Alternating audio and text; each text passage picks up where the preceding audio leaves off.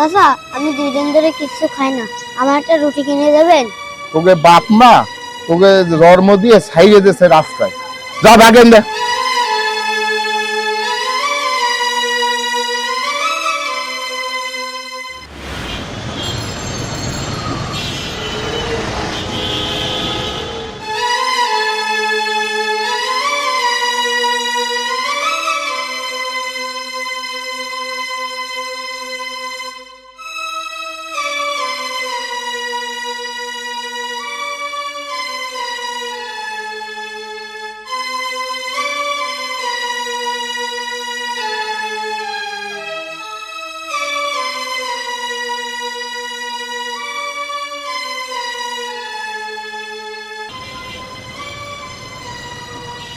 সকালটা বেলা কোথা থেকে টোকায় মোকায় আসে, যা ভাগ এখান থেকে। চাচা, আমি 2 দিন ধরে কিছু খাই না, আমার একটা রুটি কিনে দেবেন? তোরে রুটি কিনে দেবো কেন? তোকে জন্য বইসে একটু চাও খাইতে পারি না। তোকে বাপ মা তোকে রর্ম দিয়ে ছাইড়ে দিয়েছে রাস্তায়, এরম কে তোরা? বাপ মার ঠিক নেই, কিছু নেই, এসবের জন্য খুলনা শহরটা নষ্ট হয়ে গেছে এই টোকাই গিয়ে জন্য। যা ভাগেন দে।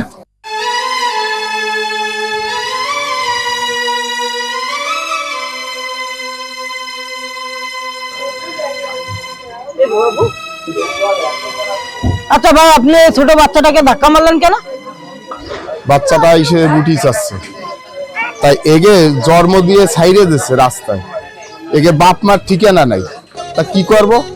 সেই জন্য আপনি এই ছোট বাচ্চাটাকে ধাক্কা মারবেন? সে নয় একটু চাইছে একটা রুটি খেতে। আপনার যদি এত দরদ লাগে আপনি নিয়ে যাই খাওয়ান, যান। আচ্ছা বাবু, তোমার খিদে লেগেছে? আচ্ছা চলো, তোমাকে আমি খাওয়াবো।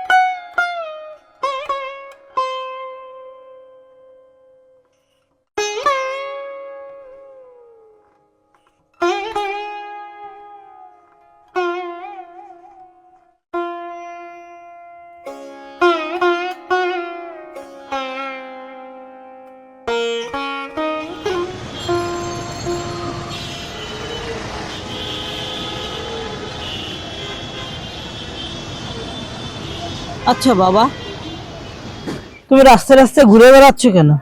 আর তোমার আব্বু আম্মু নেই? ছোটবেলায় আমার মা মারা গেছে, আমার আব্বু আর একটা বিয়ে করেছে, আমার সৎ মা আমাকে খুব মারে, আমার সৎ মা আমার বাড়িতে বের করে দিছে, আর কইছে কি যে আমি যদি বাড়িতে যাই তাহলে আমাকে মারে ফেলাবে। হায় রে মানুষ, সন্তান থাকতেও সন্তানের মর্ম বোঝে না। আজকে আমি নিঃসন্তান, তো আমি বুঝি সন্তানের মর্ম কি, আর জাগে থাকে তারা বোঝে না। আচ্ছা বাবা, তোমার আর আজ থেকে আর কোনো কষ্ট করতে হবে না। আজ থেকে আমি তোমার দায়িত্ব নিলাম। তোমার পড়াশোনার খরচ, তোমার খাওয়ার খরচ, তোমার কাপড় চোপড়ের খরচ আজ থেকে সব আমি করব। তুমি আমার সন্তান। চলো বাবা।